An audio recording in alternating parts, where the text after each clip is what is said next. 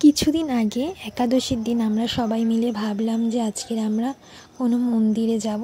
তা আমাদের বাড়ির কাছাকাছি সোনারপুরের গোপালপুর নামক জায়গায় গৌরাঙ্গ রাধেশ্যাম মন্দির ছিল। তা আমরা সবাই মিলে অটো করে মন্দিরটায় পৌঁছালাম। মন্দিরে প্রবেশ করার আগে ওখানে গোশালা ছিল, তা আমরা সবাই মিলে গোশালায় গেলাম। কিছুক্ষণ থাকার পর আমরা মন্দিরে প্রবেশ করলাম। ওখানে তখন আরতি চলছিল।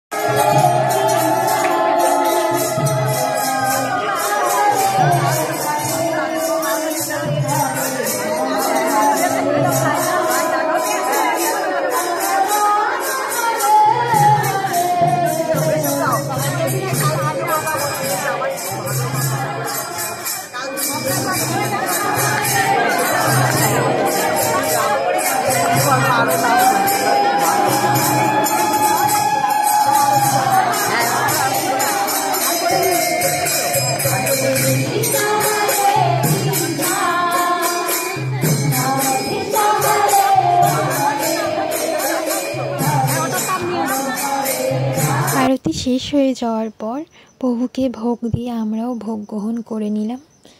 তারপর আমরা বাড়ি চলে এসেছিলাম। সবাই জানিও কেমন লেগেছে ভিডিওটি।